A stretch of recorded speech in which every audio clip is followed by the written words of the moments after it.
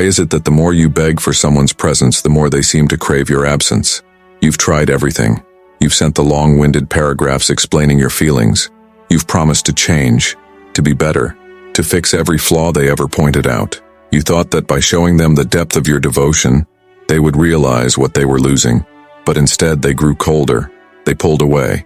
They looked at your tears not with compassion, but with a terrifying sense of indifference. To understand why your love is currently acting as a repellent, we have to look into the darkest corners of the human mind, the territory of Sigmund Freud. Freud, the pioneer of the unconscious, understood a brutal truth about human desire that most people spend their entire lives ignoring. We are not driven by what we have, but by what we lack. According to Freud, the human id is governed by a primal need for conquest and the tension of the unknown. When you plead, when you cry, and when you chase, you are removing all tension. You are becoming a solved puzzle. You are handing over your ego to be stepped on, and in doing so, you are killing the object of desire. You think you are being romantic, but in the Freudian sense, you are becoming a psychological burden. Silence, however, is a different beast entirely. Silence creates a vacuum. It reintroduces the unconscious fear of loss in your ex. When you stop pleading and start disappearing, you force their mind to fill the empty space with questions. Where are they? Why don't they need me anymore? Who are they becoming? Today, we are going to dive into the Freudian mechanics of the breakup. We will explore why your silence is the loudest scream you can send, and how to use the pleasure principle to make your ex's own mind turn against them until they are the ones begging for your attention. Welcome to a deeper understanding of the human heart. If you are here, you are likely in the middle of a psychological war. You are battling the urge to reach out, the urge to check their social media, and the urge to explain your side of the story one last time. You feel like if you don't act, you will be forgotten. But today, we are going to use the foundational principles of psychoanalysis to prove that your inaction is actually your most powerful weapon. Sigmund Freud famously said, "Out of your vulnerabilities will come your strength." Right now, your vulnerability is your obsession. But by the end of this video, we will transform that obsession into a strategic silence that resets the power dynamic of your relationship. We aren't just talking about no contact as a dating rule. We are talking about it as a psychological necessity to restore your value in the eyes of the person who walked away. But before we deconstruct the mechanics of the unconscious mind, I need you to join this community of strategic minds. If you want to master your emotions and understand the hidden drivers of human attraction, hit the subscribe button right now and turn on the notification bell.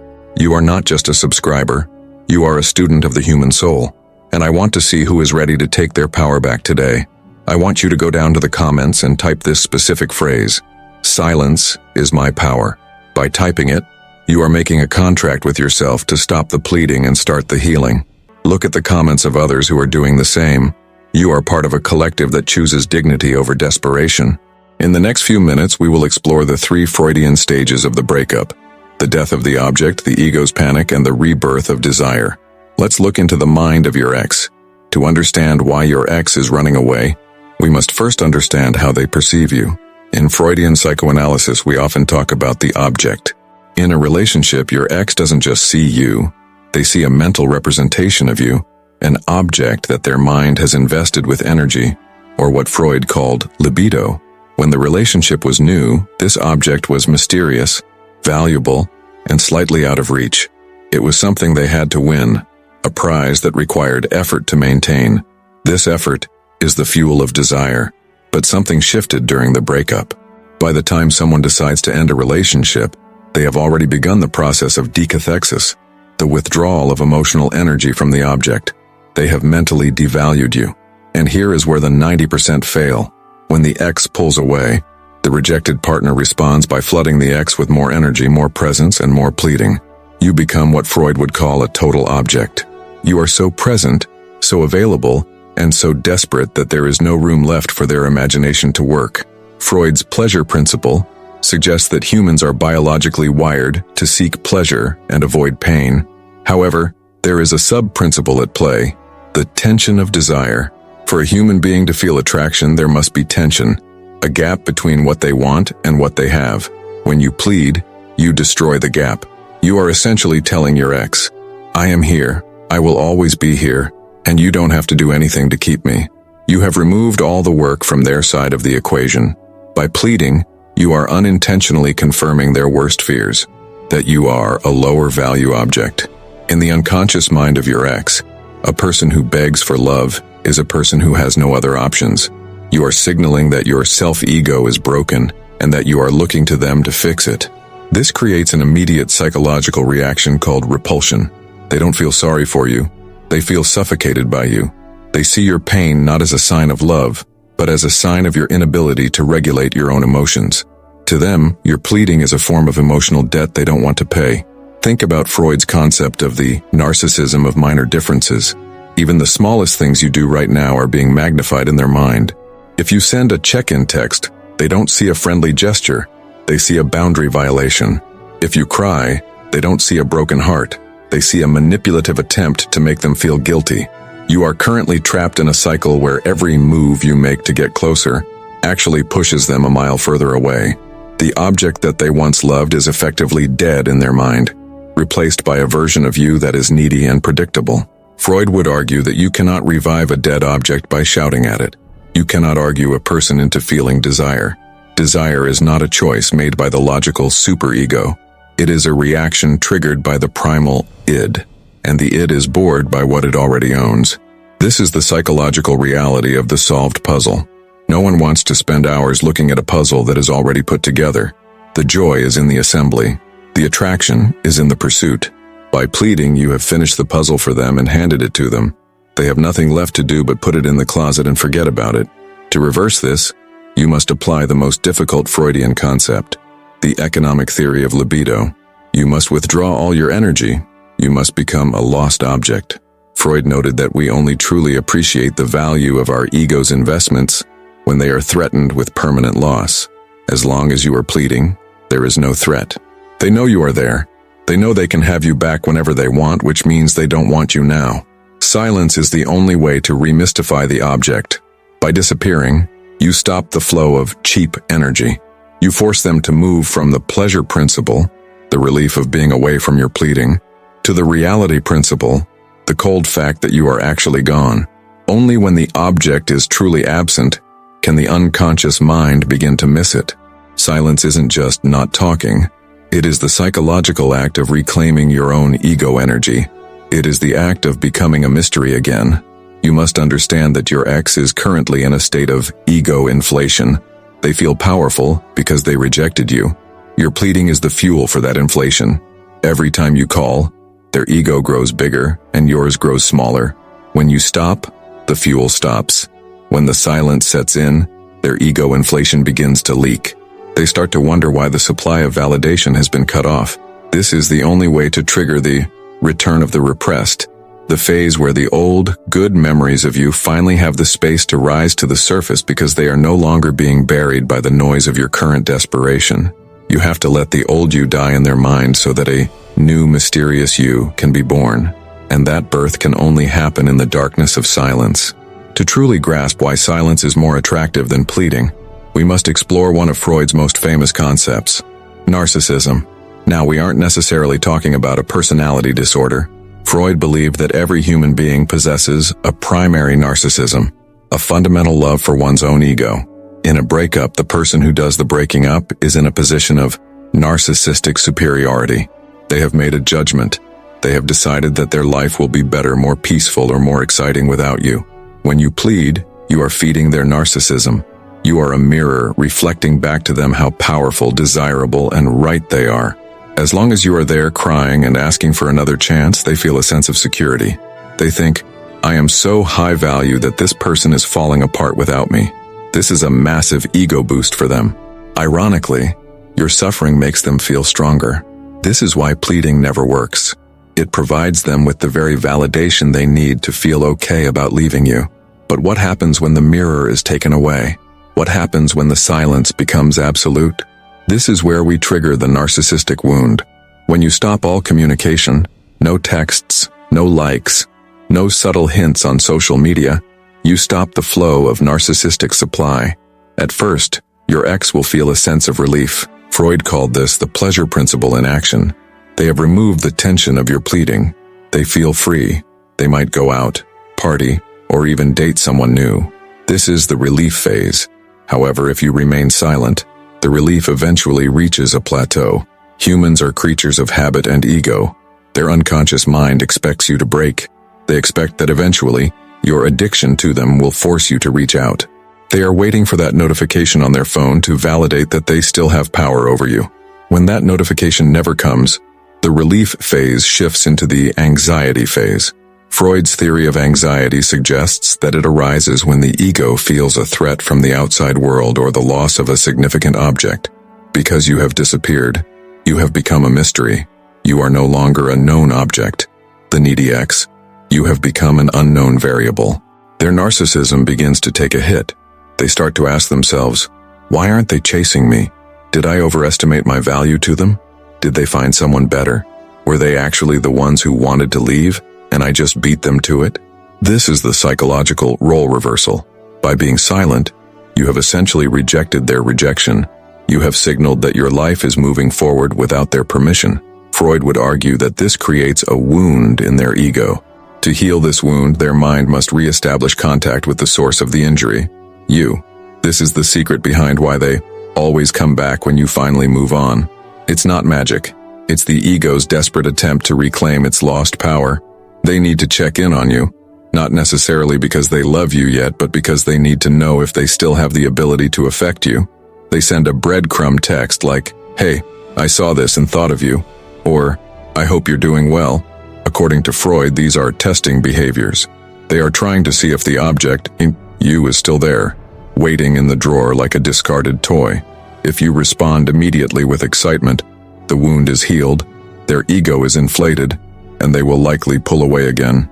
But if you maintain your silence or respond with polite indifference, the wound stays open. The mystery deepens. You must understand the repetition compulsion. Freud noted that humans have a strange tendency to repeat painful experiences in an attempt to master them. When you were pleading, you were the one under their foot. By disappearing, you have flipped the script. Now, they are the ones experiencing the tension of the unknown. Their unconscious mind will begin to obsessively replay the breakup, but this time, they aren't looking at your flaws. They are looking at the void you left behind. Silence attracts because it forces the X to confront their own castration anxiety, the fear of being powerless and losing what was once theirs. Pleading, on the other hand, confirms their power. Think of it like this. In the Freudian economy, value is determined by scarcity. If gold was as common as dirt, no one would want it. By pleading, you are acting like dirt, abundant, easily stepped on, and always there. By disappearing into silence, you are transforming yourself back into gold. You are creating a scarcity of the ego. The goal of this phase is to move their focus from, how can I stay away from my needy X, to, why is my ex not needing me? This shift is the only foundation upon which a new, healthy attraction can be built. You are moving from the superego, the part of them that says we shouldn't be together, to the id, the part of them that says, I want what I can't have. To master this, you must endure the death instinct. A part of you feels like you are dying inside when you don't reach out. You feel like the relationship is fading into nothingness. But Freud would tell you that this death of the old broken relationship is necessary for the rebirth of a new dynamic. You are not losing them. You are killing the version of the relationship where you were a beggar. Keep the silence. Let the narcissistic wound fester. Let their mind do the work for you.